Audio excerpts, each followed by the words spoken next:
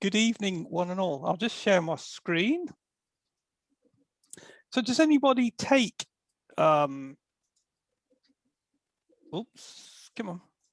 Can you see my PowerPoint now? Yeah. Okay, because I'm usually in the habit of sharing the wrong screen.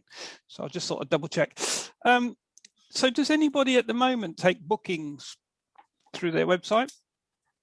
Yeah. No. I try to. Is it something that you'd like to do? Or am I wasting my time? I wanted to see you, Mark. That's what it was. Okay, so that's what we're going to talk about. So I'm going to give you, obviously, as we do, the PDF of the slides at the end, so you can do with them as you will. If you save them all up from all of the occasions that you've been along, you could probably have a doorstop or something. But we're going to just quickly go through, as I say, taking bookings, and then maybe look at sort of selling consultations or even services. Completely up to you, depends what you do. And essentially, we want to do it automatically. Okay, we don't want to be having to write emails and sending them backwards and forwards. We want this thing to happen, bookings confirmed, and off we go. Yeah, so if everybody's, sorry, I'm quite bad, but I look off to that side because that's the screen where you're all on, so that you're not appearing on the recording here on this screen. So Jessica, I assume you're using WordPress as well? Mm-hmm. Yeah, okay. Yeah. So we're going to look at some plugins first to take bookings. And all I did there, I'm just in my WordPress dashboard. I said add new plugin, and I just did a search for booking. Okay, and you can see there's quite a few have come up. There's actually more than that, but I just picked a couple to have a look at to give you guys some idea. So where do we start with? A booking hour. Is it on there? No, probably not. Appointment hour booking. That was the first one I picked. So I loaded in the plugin, activated the plugin, and you can see it appears on your admin bar via the name of it, strangely enough. And so I just created a calendar, which I just called my calendar for the sake of it. And you can see at the top, just go ahead and do it. Now, this is like so many of these things, it's a freemium. Okay, so you get so much of it that will work on the free. And if you want the other bits and pieces, you need to actually go and pay for it, which is fair enough. Okay, so this was, I added in the fields that I wanted, email, a tick box so they accept the GDPR. They don't all do that, so that's something to be aware of. It may be that you need to put something on the page that says that people are accepting your terms and conditions or whatever. If you haven't got that little tick box, just something to bear in mind. And you can put in your hours and whatever there. Essentially, you publish it, and that's what it looks like on the front. Okay, so people can say, I want that day, I want that slot, put in the security code and submit it. Okay, I don't see where the little tick box for the GDPR is there, actually, come to think of it. I must have missed it off on my screenshot. Mark, can I just ask if you can make that bigger, please? Because we're seeing your files, folders and everything on the left-hand side, right-hand side. Let's see if we can. That screen, that would be rather loose. Okay. Is that a bit better? That's a bit better. Yes, much better, thank you. You can take your glasses off now, Julie. No, I still need them on. Okay, so yeah, you can see that we have the option to put in services. Okay, so if you have like a half-hour consultation and an hour's consultation, or a consultation on marketing and one on PR, for example, you could have those both in there. So they could select which one they were going to have, and then they can pick the day and pick the time. Okay, so you just need to set that up beforehand to ensure. And this is one thing that you've got to be careful of. If you work 9 to 5, for example, all right, let's say 8 till 5, because I've got 8 on there. So 9 to 5 is a bad example in that. The last one I've got is at 4 o'clock. Yeah, because otherwise you're going to have people trying to book when you're officially closed. So you need to sort of think about that in your plan, is how am I going to start training these people right from the word go? Okay, and if you don't work after 5, have your last appointment at 4 if it's an hour's appointment. Yeah, does that make sense to everybody? Oh, excuse me. Thank you. Then I had a quick look at the booking calendar, which was, I think this was my preferred one of the ones that were there, to be honest. The same sort of thing. You get to set up all of the bits and pieces in the back end. So how are you going to show it? How many, start of the week, put in your hours. As you can see, unavailable days of the week. So you need to check through all of the settings if you're going to put it in. Yeah. So for example, Saturday and Sunday, don't work Saturday and Sunday. Untick them, or tick them, sorry. Just something to bear in mind. So times and days. And also on some of these, you need to check, because there's a few of them allow you to put in holidays as well. Okay. So by nature, if you think about it, WordPress is global, so they don't put in holidays by default. So you have to put in your own. Okay. And then if you just go onto your page, this particular one, the booking calendar, there's a little button on the page, and you just click that button and say, put in my booking form. Nice and simple. Come on, work. Okay, and that's what this one looks like on the front end. Okay, so perhaps not quite as tidy, but it works. It gives you the same sort of flexibility as the other one in the vast majority of aspects, but you just need to think about it from that point of view. Why did you, I think you said you preferred that one, Mark. What Yeah, those first two, I preferred that one. It was easier from, and you had more flexibility in the bits that you were setting up, if that makes sense. It was easy to find them. With the other one, I found I'd publish the calendar and then I'd go back and say, oh, I don't want that, and I'd have to go back and hunt around for it. Whereas that one, okay, I found it was a bit easier. That you've got the tabs across the top and you just cycle your way through them, scroll all the way down on each screen, make sure you've hit everything, and it's done.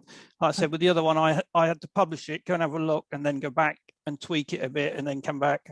Yeah, it wasn't quite so as intuitive from a setting up point of view. Okay. From the front, it looks nice, but yeah. So this one is Bookly, and now this one was the first one that I saw, obviously, that you could take payments with. Okay, so it's not the only one, but it is the first one that I saw that was obvious how to do it. And as you can see here, you've got this thing for Stripe payments. Okay, so you can get started with Stripe payments straight away off here. Be aware though, like all of these things, there are costs. So build it into when you're thinking, you know. But let's face it, at the moment, if it's easier for you to do this to get your people to talk to you, just swallow the costs, perhaps. It's up to you. And you can also set it up for text notifications. Okay, so that's, I believe it's the text that it delivers at the other end. I didn't go and have a look at it for any further, but from what I could quickly see, that's what it is. It delivers it to the person that's coming for your thing. So on this one, we've got the cloud and we've got the Bookly itself on the side here. So moving on to the one to set up Bookly itself. Again, it is quite simple to do. This is your dashboard where you can see how many approved appointments, pending appointments, etc. that you've got. If you're selling things, it shows you your revenue. So it's really quite good from that point of view. And this one, also quite obvious, there's a button there for your documentation for setting it up. Okay, so they're quite good in that respect. And that's the steps you run through with that one. Okay, and I put these steps in with this one simply because this is the first one that was obvious to me how to charge for these bookings. Okay, and it's interesting because you can have several members of staff in there. Okay, so for those of you that are looking to expand, or you've got somebody else that can do service B, that's perfect because you can set them up that way. But you can lock your persons to your services, if that makes sense. So I can only do websites, for example. So if they want a website consultation, they have to talk to me. They don't get the choice. So, you know, it's working on how your business goes. Okay. And obviously add a form to the website. So you create a member of staff. It's quite simple. They can put images. You can have a phone number for them. Everything can go up there. A bit of info about them. Add in a service. Again, all nice and clear. Great big tabs tell you what you're going through, the bits and pieces you need to do. And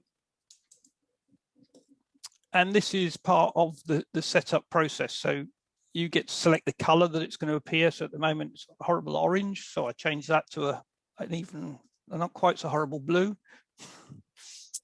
And again, nice and simple, big button, add this to your page. Okay. That's for those of you that use either blocks or the text editor. Okay, but they all provide short codes if you're using a builder. So you can put in the short codes that way. And here, again, this one was obvious on how to set up holidays and things like that. So it was much easier. And we could say, we don't work on the 31st of May because it's bank holiday and it happens every year. It was really nice and simple to set up. What else do we have? Oh yeah, we could say what appears on the form. Yeah, so by default, this is what's going to turn up on the form. It's going to be preloaded to say this service and an employee as well if you want. So if it's just you, they don't get the choice. It just comes up as that, and that's what they're booking for. So there you go. Oh yeah, you put a value in as well for the thing. So quite quickly you can see how to set it up. So this is I didn't change the settings for the price, as you can see. I left it on dollars, but you can quite quickly set it up. And the other thing is on this one, I also forgot to change my times of working. So we work 9 till 5, so that should be finished by 4. Yeah. So this is the booking form that's on the front of the website. Okay, so the people can say, oh yeah, I want to have whatever consult. Sorry about that. My buttons have gone mad, they got stuck. So people can pick what they're going to have, so what they're going to talk about, who they're going to talk with. Then they can select their day and their time. So they go next, and then they pick the day and time. Nice and simple, and it goes through, gives them that at the end. Okay, so at the moment, that one, I hadn't set up a payment system, so you would have to integrate Stripe or something with it. This one also integrates with WooCommerce, by the way. So again, I didn't go and look at that particular aspect of it. And if all you're selling is like a half hour or an hour's consultation, this form will do it just by collecting the payments through Stripe. Yeah. Does it only take Stripe?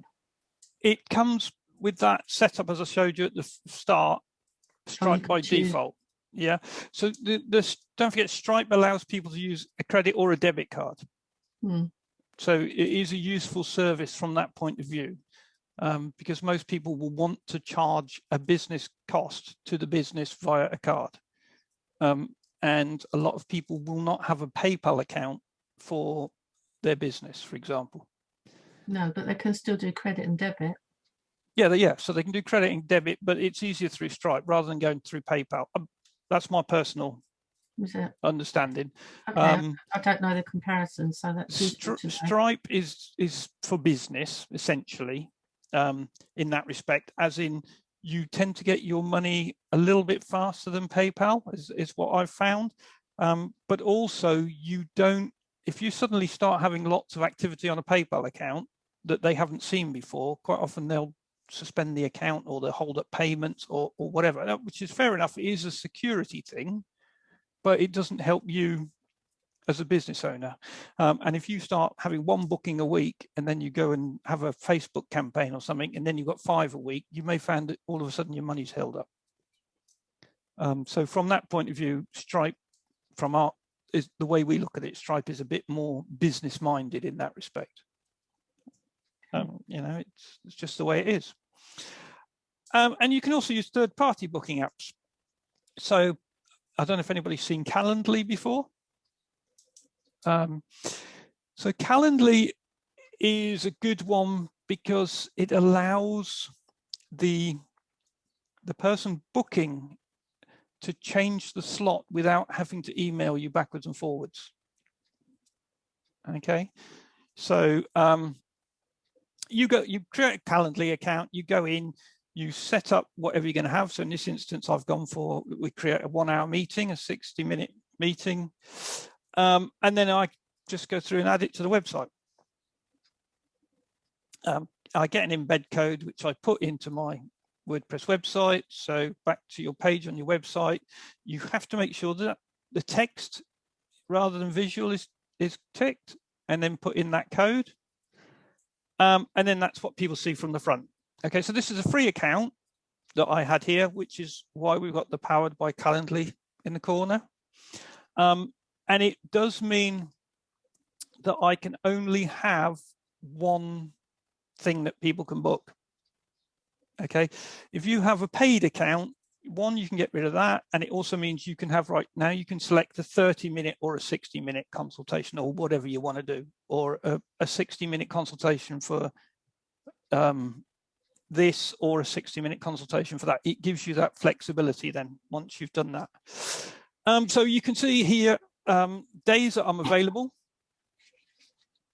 Okay, so I've set when I'm going to be available, so they can pick one of those days, and then they can just get the times that I'm available. So again, you set it up yourself. Yeah, when you're going to be available, and they say, right, okay, I want that one, I'll confirm it. And they get an email then. And as it says here, if you need to make changes, they can either cancel it or they can reschedule it. So they can just click through on that link and reschedule the meeting, which obviously it will look and see if they want to change from 2 till 4, it will look and see, are you available at that slot? If you're not, they'll have to pick something else. But if you are, they will get that one and the other one will get freed up so somebody else can book it. Okay, so that will all happen automatically in the background. Does that make sense to everyone? Yeah, can I ask a question, please? Yeah. Does this or any that you're going to show us talk to Google Calendar? Yes, you can link some of these up to your Google, well, to any calendar, essentially. Mm-hmm. So okay.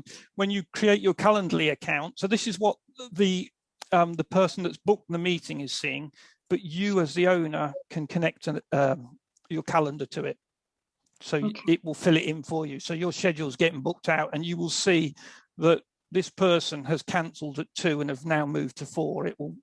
So it links the 2 together and says, are you available? Thank you. Yeah. And so that link there gives you alternatives to Calendly. I think there's about a dozen on there, just to give you an idea. Okay. But it also has got some reviews on there. So it says, what has this got that's better or whatever than Calendly? So that's for you, just to give you an idea of what you can do. Or Square. Does anybody use Square to take payments? Okay, so Square, you can have an app on here, so you can take payments. You can manually add payments via phone. You can also get, when you sign up, a card reader for it. Okay, so you can have people just tapping instead of manually entering it onto the phone. So it plugs into the phone.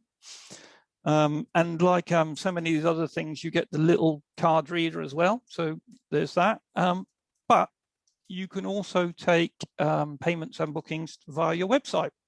So if you sign up for Square, on your homepage dashboard, you'll see there's this little thing that says online checkout. Okay, so you can go in there and create some products. And it says this is what you're going to get, a buy now button, there's details and everything else that it'll do, and there's a website button. So you can add the code to your website. Okay, so that's just another way that you could, in this instance, that could be a consultation. I just check these things in there. So that could be an hour's consultation that somebody could sign up to. The thing with it is here is, as you can see, it's just a buy now button. Okay, so they haven't got the same, I want that hour. Okay, so this is just a quick way to set it up. Got the same slide. No, it's stuck again. Oh, hold on. Right, okay, so if you want to run events, well, actually, your modern events calendar can be more than just events. So you can actually sort of tweak it slightly to put services in there as well if you want. But it's a good idea if you run workshops and things. Julie, I don't know if you still run workshops. Yeah, so from that point of view, this is possibly one for you to go with. So the modern events calendar allows you to put in the venue, the organizer, dates and times the event's going to run. But it also allows you to put in your currency, etc., and sell via it. Okay, so you can sell tickets to your events through this. Jessica, what do you do? I'm a coach and hypnotherapist, so I do run online workshops for emotional eating. Okay. Okay, so this again potentially one for you as well then, yeah. If we get time, we'll have a quick look at this one. This is what you recommended for 12:30 to use, and I started using the freebie one quite well, but to go into the more sophisticated bits of repeating, etc., Jess, I don't know whether you've noticed that our calendar has changed. So I've actually paid. I found a discount code in the first place, and then because I was getting support from the people, he then gave me a different discount code, which was I think it was 30% off, which obviously is considerable, but it is a very sophisticated, powerful plugin. I think, Mark, would you agree? Yeah, it is. One of the things you need to consider when you're looking at all of these things is, as I said, WordPress is global, and so is the community that develops for it.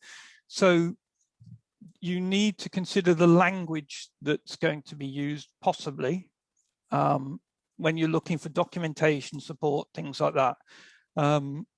And even, as they say, if it's been developed by Americans, we are two countries divided by a common language, because some of the words that they use, you'll be thinking, I need to change the currency, and just as an example, and they'll have called it something else, and you'll spend hours looking for these things. So it's just something to be aware of. Most of them now, as you can see, have like a support link or a documentation link within the plugin. Some of them are videos that you need to go and watch. Some of them will be both. But set yourself some time to set it up. Don't think, oh, I'll just put in the plugin and press some buttons and it'll happen. It won't. I strongly recommend that if you're going to do it yourself, you do it at a time when you as a business are closed. Okay, so you can run through and test it. and if possible, get a third party to test it. Okay, because just because you think what the steps that you go through make sense doesn't mean to say that your customers will. So if you've got somebody that actually doesn't do what you do, can they book easily through your system to get in touch with you or get a service or whatever? So get somebody to think about it then from that respect. Yeah. Another tip with modern events is that I found is that with the free version on their support, it's a 24-hour come back to you, literally. When you pay, it's virtually immediate. That's useful to know. Mm. Very useful to know. And a lot of them will probably have a community or two on Facebook where you'll be able to get answers. Not to mention videos on YouTube. There'll be various people will have done videos on YouTube. Yeah, so do a little bit of research and whatever beforehand. But yeah, we use this to run events offline and online. And as Jackie says, Jackie does as well. So just for instance, you also, when you do Pro, you get event management, booking and ticketing. I don't know if you've looked at or used that yet, Jackie. Yeah, that's what I've paid for. Yeah. Yeah. Which, as you can see, allows you to have variations on tickets, coupons, discounts, reminders, which is always useful, both for you and them. And the thing for us, as well as that, obviously, is the fact that you can put your links in, and your links will go through, and then it will repeat on your links as well, so that you've got that information in there. So instead of sort of keep doing each one, but originally I typed myself right up in notes in it. I think I overthought it, and you know, anybody who's worked with a technician as opposed to an end user trainer will know what I mean in the difference in that. His steps were quite clear, but to me, he wasn't an end user. He was somebody who knew the product, but he wasn't an end user. And to me, there's a slight difference there, which is why, pardon the phrase, got my knickers in a twist. No, you're right, which is what I was saying. If you can get a third party to do that user experience and say, yes, it made sense. I pressed button A and I went to page B, and that made perfect sense. That's rather than the way that you think. I mean, I always say to people, the prime example is if you see these patches of green that the council put up, and they'll have a little path that will go up one side and then across the other, and then people will just cut the corner. And they've done it with all the best intentions, but not thought about how people will actually use this space. So that's why if you can just get yourself out the way and let somebody who doesn't do what you do see if what you've done makes sense, it will flow a lot smoother. I like it. I think it's a very good plugin. Very good. Yeah, it really does a good job, without a doubt. So WooCommerce, we've done Woo before on here, so if you haven't seen it, you can join the academy. You can go and back to the old ones. So, well, as you can see, this is normally $249 for this plugin, but it does, with the two of them combined, give you so much that it can do. So you can have pretty much any type of booking option. Okay. You can, if I remember rightly, if you have a look on there, it says you can book classes, they can schedule appointments, they can even reserve things. Yeah, so it does so much. We have a client who does health and safety, and we run their training courses through WooCommerce, which means that we can just create so many different variations. So let's just say it's a first aid course. we create the variations to give them month 1, month 2, month 3, etc.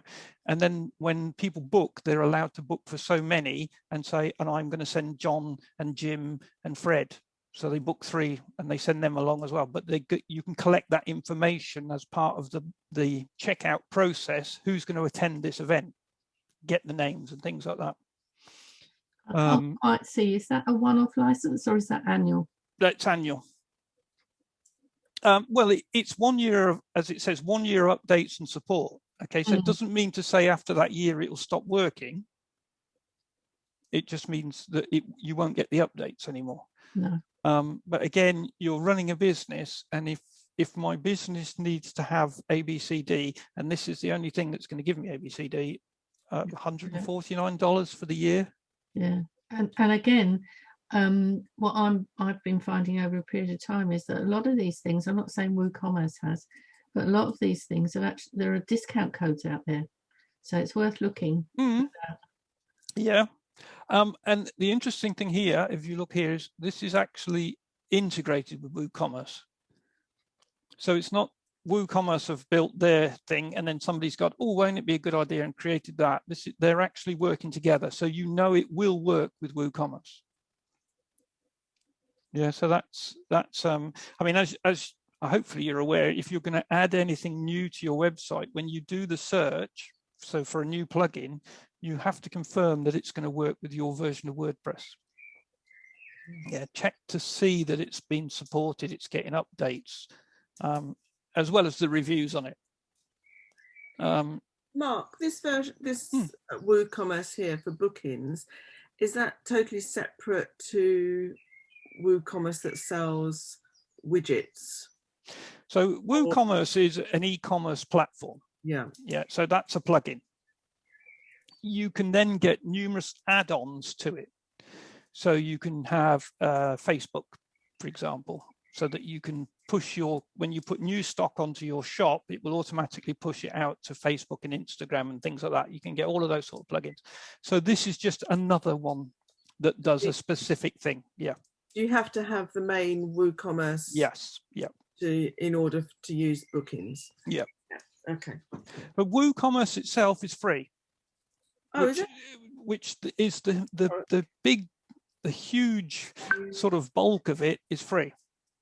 Oh, right. I hadn't realized that. I haven't really looked at it. But as so many of these things are, if you then want to go beyond, in this instance, we want to have bookings, then you have to pay. It's just all fair and good. And like I said, $150 for a year, or $250 as it was reduced there, but if it's normally $250 for your business to be able to do everything automatically, nothing. Not really. No, and the time it saves, etc., etc. Yeah. Okay, so yeah, if you join the academy, if you're not already a member, we have a free membership, and you can have access to all of the videos and the PDFs that we produce from these monthly sessions. And you can then even come along to when we get back to normal. Will we ever know what normal is again? That's going to be the top question, isn't it? Then you can come along to, we actually have a physical session, so you can come along and join in on that as well. Well, have you made any decisions about that, Mark? Once you get the physical ones up and running again, you're not just around the corner from me, so I wouldn't come. No, but we're going to continue with these as well. You are, right? Yeah.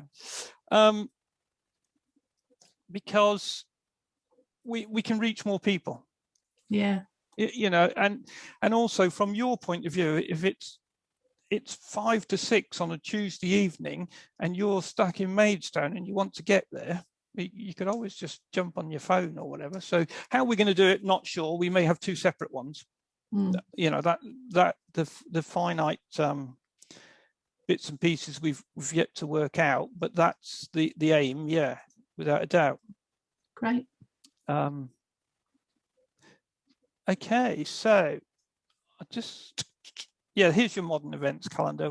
I've put it into this. This is our site that we use for just demonstrating bits and pieces. And I've still got Bookly in there, which is the one. So as I say, you just add in your staff members and bits and pieces, all nice and simple. So in that instance, yeah, I put in my phone number and bits and pieces like that because I'm not precious. But in fact, Jackie, you probably use this more than I do, to be honest. This modern events. Yeah, possibly. Yeah, possibly. But if I remember rightly, it has some weird language involved from our point of view as British people. And I think it's like for the way the wording appears on the front end, some of it in here, if you want to go and change it, it doesn't exactly make sense. So you end up searching around for it. It took me a little while to getting used to on the paid version, because obviously it gives you much more, but that left-hand column, there's much more use of that. So that took me a little while to get used to, the fact that you can get the moderator in, and if you wanted to put the speakers in, you can put the speakers in and all that sort of stuff. It sounds quite straightforward when you're talking like that, but your suggestion about not doing it during the working day to set out, I had to do mine during the day because otherwise I'd have been too tired and just couldn't have focused on it. So Jess, if you thought I was quiet in the last week, that's why. No, I meant from the point of view, if your website provides a service during the day, yeah, and you're going to be flipping backwards and forwards and taking backups, and then you may activate something and it may break something else. That's why I was meaning, possibly a good idea to wait until your website is not delivering something else. So if you shut at 5, so nobody's expecting to contact you via your website, then do it then. That's a good point, because it doesn't look good if somebody goes to your website and it says, you know, we're not here. Yeah, or they go to click on a button and it doesn't work because you either haven't activated it or you've activated something else which has broken that button. So that's also another tip is when you think you've finished, go and check that everything you had before you started still works. Yeah, good point. So does anybody have any questions about that? Have I given you some ideas? That's the important thing. Yes, thank you. So go and so yeah, we use, I can't remember which one we use now, but we sell slots for consultation and people pay via the website, and we just get a notification that says that time, that day, you've got a consultation to do. Yeah, that was interesting to see those ones.